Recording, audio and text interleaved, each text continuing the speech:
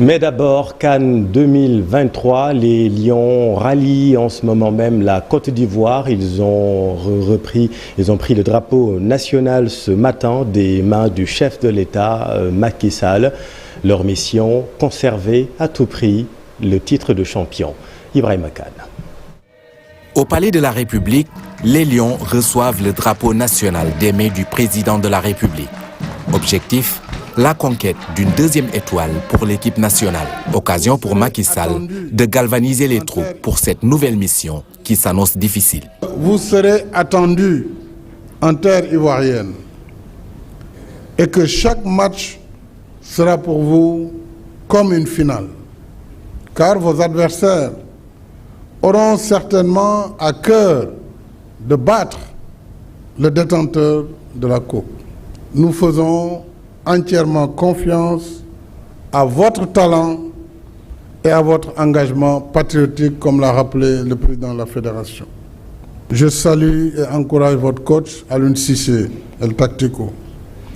Aliou, nous n'attendons pas moins qu'une deuxième étoile pour notre équipe nationale. Défendre le titre continental, un exercice périlleux certes, mais Koulibaly et compagnie en sont conscients. Ils promettent d'être à la hauteur de la tâche. Nous irons défendre véhément notre titre de champion d'Afrique. Je puis tous vous rassurer que nous sommes prêts à défendre les couleurs de notre patriotisme, la même passion, la même fougue, le même engagement, la même volonté que celle qui nous animait il y a 2 ans. On est conscient de ce qui nous attend là-bas. On sait que ça ne va pas être facile, mais comme on l'a dit, tout est possible. Et je pense que ce qui est sûr est qu'on ira là-bas, on fera tout notre possible et pour pouvoir conserver le titre et ce qui est le rêve de tout un chacun ici au Sénégal. En terre ivoirienne, les Lions, champions d'Afrique en titre, seront très attendus. La Fédération sénégalaise de football appelle le peuple sénégalais à faire bloc autour de l'équipe pour la pousser encore au sommet.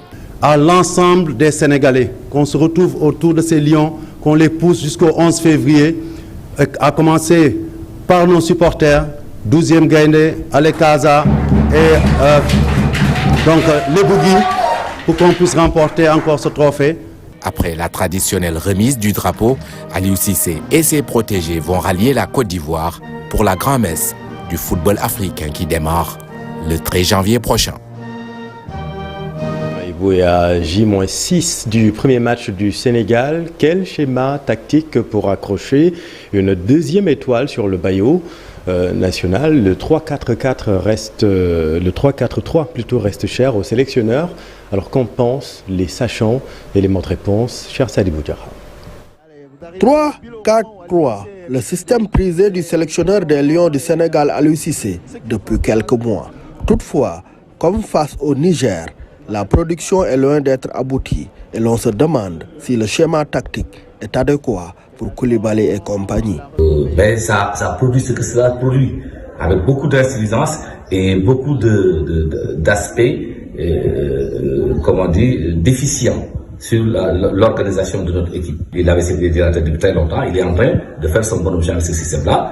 Il faut quand même avouer que sur le plan des compensations et des repositionnements dans la structure défensive, il y a des résultats positifs qu'il peut retenir. Si nous avons Sabaly en état, Jacobs en état, je suis parmi ceux qui prônent le retour à l'orthodoxie par un système de 4-3-3 où Kalidou Koulibaly va retrouver la maîtrise de l'axe central. Autre préoccupation, l'inefficacité de la ligne d'attaque du Sénégal en l'absence de Sadio Mané. Une dépendance pourtant remédiable. Nous avons quand même cette habitude de tenir un match et de ne pas le tuer là où il faut, avec des exercices de précision et de détermination dans le dernier tiers qui nous permettent d'être à l'abri. Sur le plan offensif, il y a beaucoup à faire et surtout exploiter davantage la qualité des centres des balles arrêtées qu'aujourd'hui Lamine Camara et Jacobs tirent à merveille. Donc ça, c'est également un aspect inquiétant qu'il faut beaucoup travailler pour éviter ces dépendance-là et pouvoir marquer à tout instant n'importe quel jour dans ce secteur, dans cette offensive.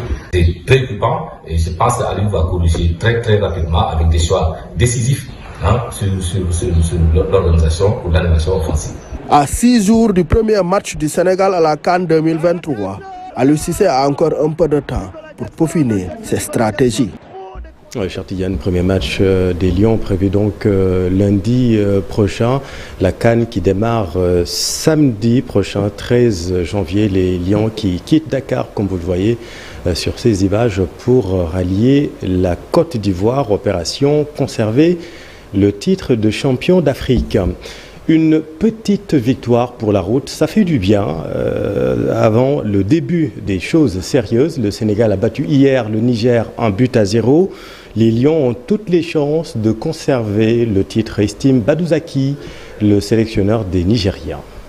De juger maintenant, c'est plus... Coupe d'Afrique bi ñu jëm nag amul Sénégal, Maroc, Algérie, am na yeneen i équipe yoo xam ni fas yéene nañu wane seen doole bu baax. Mais nag li ma ci mën a wax rek mooy Sénégal am na équipe bu baax.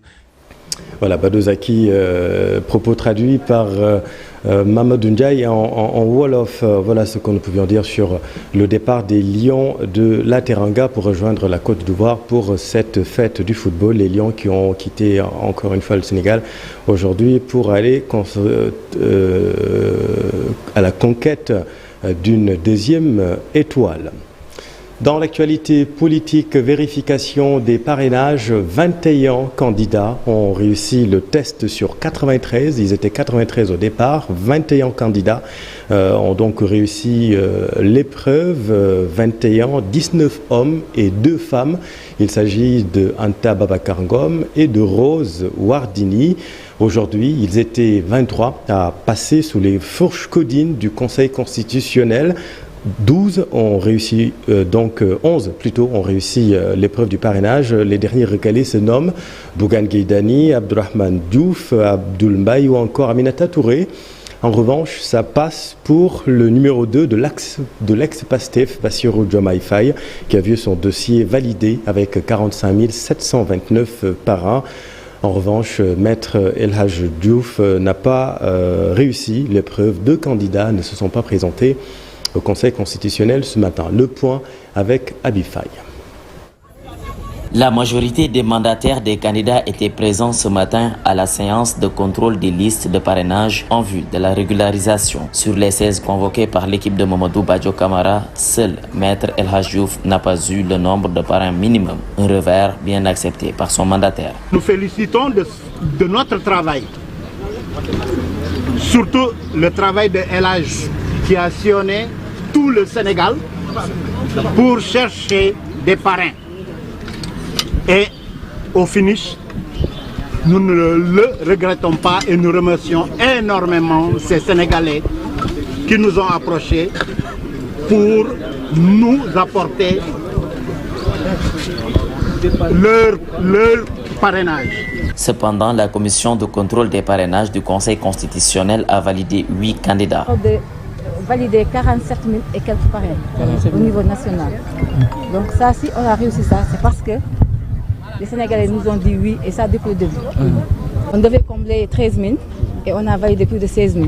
Le candidat Mohamed Boun Abdallah Dionne passe, on peut dire largement, avec 47 778 parrains sur les 44 231. Même si leurs candidats ont réussi l'étape de vérification de parrainage, ces mandataires fustigent la conception du fichier électoral. C'est le système de parrainage qui du tout ne tourne pas rond. Tout le monde est unanime là-dessus. Il y a beaucoup de réformes à amener. Des réflexions sont en train d'être menées au sein de notre coalition. Et si Dieu nous donne le pouvoir, les premières réformes qu'on aura à mettre en place, c'est de revoir le système de parrainage. Comme tout système informatique, il y a des failles. Mais je pense que tous les candidats qui ont eu à faire un travail quand même assez sérieux sont soit passés au premier tour ou au second tour. 2 candidats se sont absentés ce matin au Conseil constitutionnel pour régulariser leur parrainage. Il s'agit de Aliou Camara et de Papa Momar Ngom. Au total, 17 candidats sur 93 ont reçu leur ticket de parrainage ce matin, en attendant la validation d'autres candidats.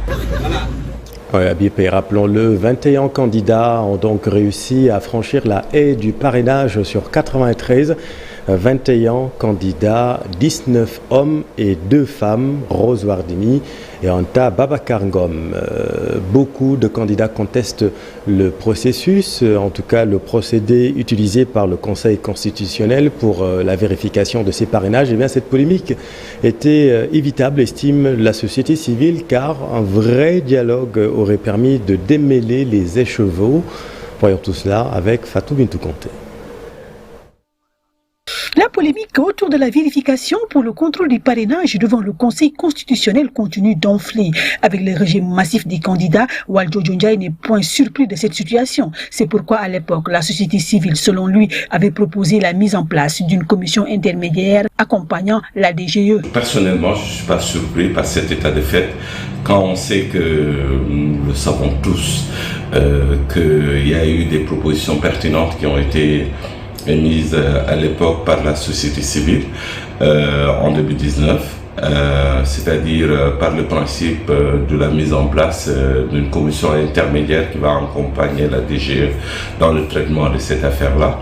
Selon lui, pour plus de clarté, il faut intégrer les partis politiques dans le système de conception de ce logiciel de contrôle du parrainage. Il était nécessaire, au-delà de cette commission, qu'il y ait une approche, une démarche inclusive visant à intégrer dans le processus même de conception du logiciel du traitement du parrainage des différents représentants des partis politiques. Notamment, nous savons tous que chaque parti politique a des experts en informatique.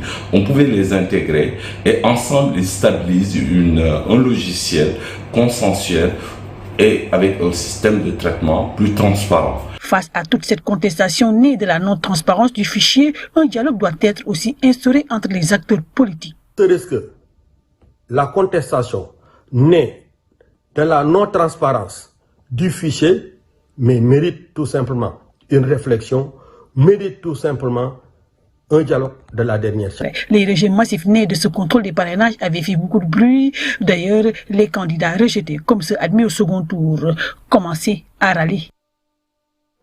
Merci Fat Bintou. Scène effroyable, horrible à Kerem Baïfal, disparu depuis 5 jours. 2 enfants ont été retrouvés dans un véhicule abandonné, l'un décédé, l'autre entre la vie et la mort. Les familles sont déboussolées, vous allez le voir dans ce reportage de Mampire Diouf.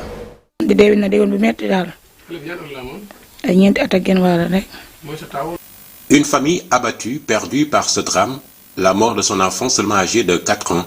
Inexplicable, elle peine à trouver les mots pour décrire ce qui se passe. Il a disparu jeudi à 18h et depuis, je ne sais où donner de la tête. Nous avons cherché partout et même auprès des marabouts sans le retrouver, lui et son ami. Ils avaient l'habitude de jouer ensemble. Nous avons été alertés hier par des cris quand ils ont été découverts. Sa mort nous plonge dans le deuil. C'est très dur.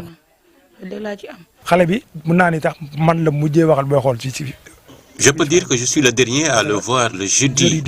Il m'a même aidé lorsque j'amenais les moutons dans l'enclos et à prendre soin de la volaille.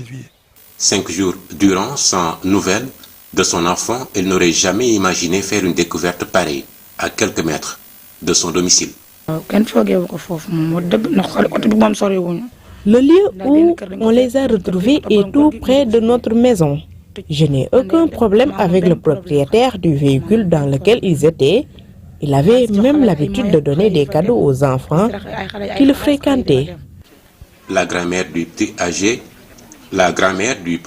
de 5 ans qui s'en est sorti avec des blessures évacuées d'ailleurs à l'hôpital de Sikambao pour des soins n'en revient toujours pas.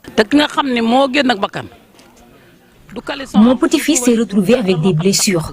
On a constaté qu'il n'avait aucun habit sur lui lorsqu'on l'a retrouvé. Il avait le pied éraflé. L'enfant retrouvé mort également avait une blessure sur le front. Je me demande comment cela a pu se produire. L'autopsie demandée suite à la mort d'un de ses enfants révélera plus de détails, tout comme l'enquête ouverte pour élucider cette affaire. À la une également de l'actualité, l'affliction de la famille de Koujamidio Sambou, l'un des commandants marins disparus en haute mer. Ses proches ont reçu la délégation de la Marine nationale. La famille n'est pas très convaincue par la version officielle. Voyons tout cela avec Lamine Ba et Lamine Mandiang. C'est une famille dévastée par la nouvelle de la disparition de son fils qui a reçu la délégation de la marine venue à sa rencontre. Lorsqu'ils sont arrivés, ils sont directement passés à l'acte. Ils nous ont dit que ce qui s'est passé le vendredi soir, ils sont partis cueillir un bateau qui soupçonnait de porter des produits stupéfiants. Ok, arrivé sur place, ils sont entrés sur le bateau. Une fois sur place, le bateau est descendu sous l'eau. Les circonstances dans lesquelles le bateau est descendu sous l'eau, ils disent qu'ils ignorent cela. Je leur ai demandé si le bateau a coulé ou quoi que ce soit. Ils m'ont dit qu'ils ne connaissent pas la cause. Une explication qui a laissé les Sambous sur leur faim. Moi personnellement, je ne suis pas convaincu. Je ne sais pas qui d'autre. Moi personnellement, je ne suis pas convaincu. Du moment où il y a des rescapés, je pense qu'en ce moment-là, parce que vous connaissez la situation. On vous dit que quelqu'un est sous l'eau. Vendredi soir jusqu'à ce matin, ça fait combien d'heures? Du moment où il y a des rescapés, ils nous ont dit qu'il y a des rescapés.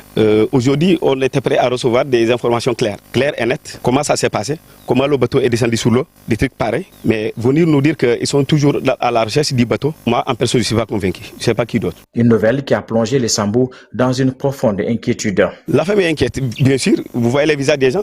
Vous vous rendez compte? Je ne parviens même pas à parler. Parce que nous sommes très proches. Donc, je ne parle même pas de sa maman. À plus forte raison de ses frères et sœurs proches. Quand quelqu'un disparaît comme ça, vous ne savez pas s'il est en vie ou pas. En plus dans l'eau comme ça, il est recherché depuis je ne sais pas combien de jours. Vous ne le trouvez pas. Vous pensez que la personne va rester sereine comme ça? C'est pas possible. Le cadet de la famille est décrit par ses proches comme un guerrier qui ne panique pas devant le danger. C'est un guerrier. On a grandi ensemble ici. Et si vous demandez aux autorités, à ses formateurs, ils vous donneront la même chose. C'est une certitude. C'est quelqu'un qui ne recule jamais. C'est pas parce qu'il a disparu que je tiens ses propos. Si vous demandez à ses camarades, à ses compagnons, ils vous diront ça. Ce que la famille de Kougamedio Sambou souhaite, c'est que les autorités militaires leur livrent la vraie version des faits pour libérer la famille plongée déjà dans une profonde angoisse. Notre souhait, c'est qu'ils nous disent la vérité. Simplement ça pour libérer les gens, parce que quand quelqu'un reste dans le doute durant tous ces jours, c'est bouleversant. S'il y a quelque chose qui s'est passé, qu'ils nous disent la vérité. On en tire un trait une bonne fois pour. Par ailleurs, les Sambous sont formels. Ils sont convaincus que leur fils est toujours vivant et qu'ils gardent intact l'espoir de le retrouver sain et sauf. Merci Lamine. Toute autre chose, la théâtralisation des revues de presse n'est pas du goût du président de la République. Macky Sall a présidé la 50e édition des Assises internationales de la presse francophone. Médias, paix et sécurité était le thème retenu. Voici le chef de l'État.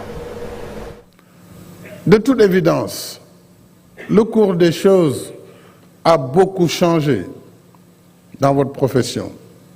D'ailleurs, au Sénégal, on a une catégorie, je ne sais pas comment on la qualifie, c'est une sorte de revue de la presse. En fait, parler, c'est-à-dire quelqu'un, il prend les titres des journaux, alors il théâtralise.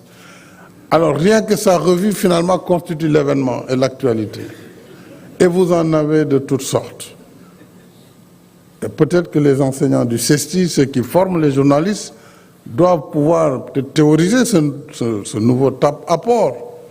C'est tellement vrai que certains ont pu être élus. Ils sont devenus des députés, des maires. Je ne les citerai pas parce que j'en ai des amis. Ce sont des jeunes frères. Chérif, je vous salue. Je ne vous avais pas vu. Mais c'est une catégorie journalistique nouvelle. Alors, il n'y a aucun fait. On prend des titres, on théâtralise tout le matin et ça fait l'actualité. Et l'opinion, le public est agressé à longueur de journée. C'est des faits qui n'ont aucune réalité. Les professeurs du lycée Blaise Diagne contre l'installation d'un restaurant devant l'établissement. Ils disent non à la cantinisation du monde scolaire. Reportage Cher Diop. Il est prévu la construction d'un restaurant ici, ce qui n'est pas du goût des élèves et professeurs du lycée Blaise Diagne. Ils disent non à la cantinisation aux alentours de l'école. Hier, l'ensemble des collègues du lycée Blaise Diagne se sont réunis pour aujourd'hui observer un arrêt des cours à partir de 9h pour montrer notre indignation par rapport à ce fléau. Donc cet espace-là est pour les apprenants. Donc il doit être occupé par les apprenants. Mais on s'est rendu compte qu'il y a un gars qui est venu ici pour construire un restaurant. Et c'est la raison pour laquelle nous nous sommes mobilisés aujourd'hui, pour vraiment faire face, lutter contre cela. Ils s'engagent à mettre un terme aux travaux. Ils interpellent les autorités. Inacceptable. Et c'est pourquoi, en tant que syndicat, nous avons porté ce combat pour demander à M. le préfet, qui se cache derrière quand même l'AGEROUTE, pour nous dire que l'AGEROUTE a obtenu une autorisation.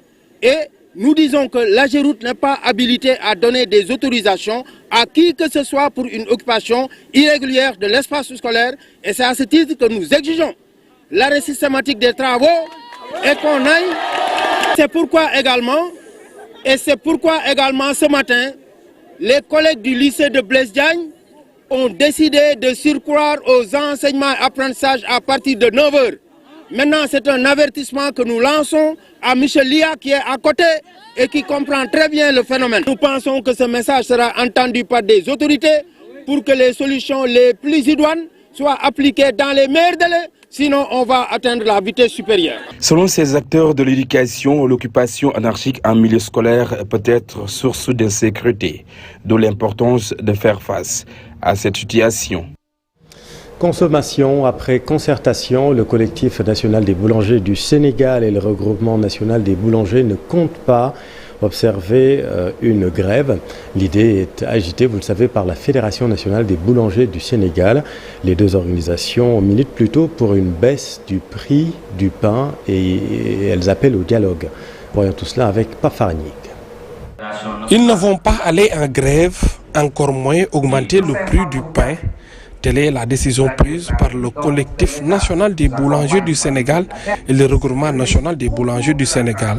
Les deux organisations de boulangers appellent à plus de concertation. L'augmentation dont mes collègues parlent n'est pas à l'ordre du jour. Nous devons trouver d'abord des solutions à l'interne, épuiser tous les recours possibles pour que ça n'impacte pas sur le panier de la ménagère. Nous invitons les autres boulangers à nous rejoindre sur ce... Parce qu'il y a déjà un cadre de concertation. Au lieu d'annoncer des grèves ou des hésitations, il faut se concerter d'abord parce que nous voulons la même chose, la viabilité du secteur de la boulangerie. Une décision motivée par les 115 milliards injectés par l'État et la subvention annuelle dans le secteur. L'État a fait des efforts depuis 2017. La farine est subventionnée. Autre a enlevé toutes les taxes, il a subventionné la farine à hauteur de 60% pour accompagner le secteur et pour accompagner le ménage. En accord, ces organisations de consommateurs, des essences doivent être faites pour réguler le secteur. Nous félicitons le collectif et le regroupement pour dire qu'il n'y aura pas de grève et qu'il n'y aura pas d'augmentation du prix du pain. Et tout ce qu'ils demandent, c'est l'application de la réglementation. Et je vous dis que la réglementation est en train d'être appliquée depuis que la boulangerie ne peut exister sans déclaration. L'accompagnement de l'outil de production et la régulation au niveau de la distribution. Je pense que le ministre du Commerce, en charge du commerce, va réunir tous ces acteurs-là pour qu'au moins qu'on puisse mettre en application ce qui a été décidé lors du Conseil des ministres, au bénéfice des consommateurs. Le CNBS et le RNBS, malgré leur désaccord avec la FNBS, sont ouverts pour des discussions avec les autres organisations pour trouver des solutions pérennes pour le bien de toutes les parties. Merci Pafara. Que sont devenus les déguerpis de l'ancienne piste? Des familles déguerpis de l'ancienne piste se sont réinstallées aux alentours de la mosquée de Sacré-Cœur. Comme vous le voyez sur ces images, femmes et enfants dorment à la Belle Étoile. Situation difficile pour eux, embarrassante pour le voisinage. Reportage Abdoulaye Diop. Dans cet espace à côté de la mosquée de Sacré-Cœur 3, des femmes passent la nuit avec leurs enfants. Laissées à elles-mêmes, elles sont indifférentes au froid et à l'insécurité. Après plusieurs tentatives pour les faire parler, elles ont finalement accepté de s'exprimer, mais sous couvert d'anonymat.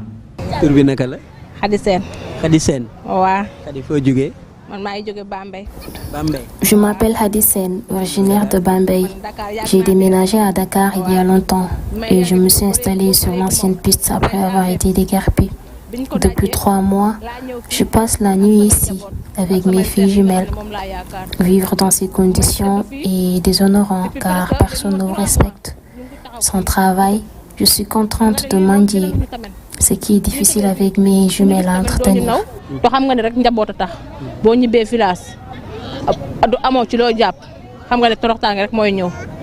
Mon mari est également ici, mais il est dans le besoin. Nous sommes entourés de femmes qui vivent la même situation.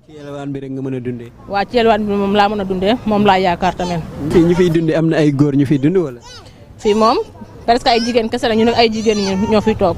Jortine. fan nga bàyyeekoo. Bambey. ñoo ngi nii tëdd fii. Je m'appelle Jortine, originaire de Bambey. Nous sommes épuisés, incapables de payer un loyer. Donc nous sommes ici. Par nécessité, nous nous débrouillons avec nos enfants pour subvenir à leurs besoins. yow fan nga bàyyeekoo ci Sénégal. man Bambey laa dëkk. Bambey. dëgg naka la. man Astou Fall laa tudd. saa yi ñoo ngi nii ci biti ak sunu seex yi. Je suis Astou Fall de Bambey. Nous vivons ici, confrontés à d'énormes difficultés. Le froid étant particulièrement dur pour nos jumelles, nous n'avons pas les moyens de payer un loyer, laissant derrière nous tous nos biens et matériels dans l'ancienne piste. léegi instant yi nag sunu programme yëpp ci piste bi la nekkoon parce que sunu bagage yi yëpp sax mi ngi ci piste bi moom. Ces femmes vivent à ciel ouvert malgré elles, en espérant l'aide des autorités ou des bénévoles pour les sortir de cette situation précaire. Elles aspirent à vivre dans des maisons et à gagner dignement leur vie. Merci Abdoulaye. L'autre grand titre de cette édition, une lionne rouge a rugi à la prestigieuse Académie française de médecine. La professeure Maïmouna Ndour-Mbaye, première femme d'Afrique de l'Ouest à intégrer cet aréopage. La professeure titulaire de médecine interne à l'université Cheikh Anta Diop de Dakar intègre l'Académie française de médecine comme membre étranger. Maïmouna Ndour-Mbaye est aussi la directrice du Centre national de diabétologie à Dakar. Information, ma revue de presse. Santé, toujours à Touba, l'hôpital Matlaboul Fawzeyni réceptionne son nouveau bâtiment d'une capacité de 104 lits, des blocs opératoires et des services de base d'un coût de 9 milliards de nos francs.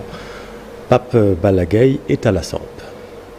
Un pléthore d'invités, des personnels de santé et des dignitaires religieux, le ministre de la Santé et de l'Action sociale, Marie-Khemesse Ngom Ndiaye, a procédé à l'inauguration du nouveau bâtiment central de l'hôpital Matlaboul Fawzeyni de Touba. Un joyau qui va impacter la ville-centre de Touba, surtout sur le plan social, souligne le directeur général adjoint du FONSIS Babacar Nying. 104 lits, ainsi que 6 blocs opératoires, ainsi que des suites en fait, pour les patients et tous les derniers équipements, derniers cris. C'est un projet qui est extrêmement important et innovant. Les impacts du projet sont énormes parce que Touba est finalement, au-delà de la ville de Touba, l'hôpital Matlaboul Fawzeyni dessert toute la région centre et la région nord-est du Sénégal. Donc vous avez même des patients qui viennent de Matam. En son sein, le ministre de la Santé et de l'Action sociale, Dr Marie-Khemesse Ngom Ndiaye, invite par ailleurs la direction générale de Matlaboul Fawzeyni à veiller à la bonne gestion des infrastructures. Nous encourageons tout ce beau monde qui va participer à la bonne gestion des appareils. Ces appareils ont besoin de maintenance et cela avec méthode et finesse. Comme toute chose, il faut évacuer la poussière avant de procéder à la maintenance des appareils. J'en appelle à l'implication de tous, au moins chaque semaine. Donc maintenance, chaque jour, mais presque chaque semaine, chaque mois. Près de 5 ans de construction, la direction générale de Matlaboul Fawzeyni entend prendre soin de ce joyau d'un coût global de 9 milliards 600 millions francs CFA. Et puis un mot de culture, le FESNAC a officiellement démarré hier. Des milliers de spectateurs se sont réunis hier au stade de Massed Sen de Fatick pour la soirée de lancement du Festival des Arts et de la Culture. Cérémonie de lancement présidée par le chef de l'État Macky Sall. Ibou Diouf, Thierno Loromedi. Oh, c'est fantastique. Djokondial écrit au ciel. Lorsque la nuit est tombée, le stade Massed Sen s'est transformé en une scène impressionnante. Les organisateurs ont fait preuve d'une créativité sans précédent en utilisant la technologie pour écrire le nom du président Macky Sall dans le ciel de Fatick. Tel un clap de début, une trouvaille riche en couleurs en hommage au chef de l'État Macky Sall, parrain de la 12e édition. La ville de Mambindi a vibré au rythme des arts et de la culture avec ce début qui a émerveillé plus d'un. Cette année, le Festnac a pris place dans la région de Fatick après celle de Kaffrine de l'année dernière. Le public du stade Masen Sène a été impressionné par les différentes performances de danse et de rythme. Le Maroc, pays invité d'honneur, a rehaussé le cachet artistique de l'événement grâce aux prestations de ces deux troupes présentes. Fatick, ville haute avec ses 85 percussionnistes, ont aussi gratifié le public de sonorités bien locales. Les 14 régions ont tous défilé pour mettre en exergue leur patrimoine artistique mais musical. Le clou de cette cérémonie d'ouverture a été le spectacle en son et en lumière. Le spectacle qui s'est terminé en apothéose, les dernières notes de musique étaient de Doudou Ndiaye Mbengue et de Pape Diouf. C'était aussi une manière pour le chef de l'État d'annoncer officiellement le début de ce festival des arts et de la culture à Fatick.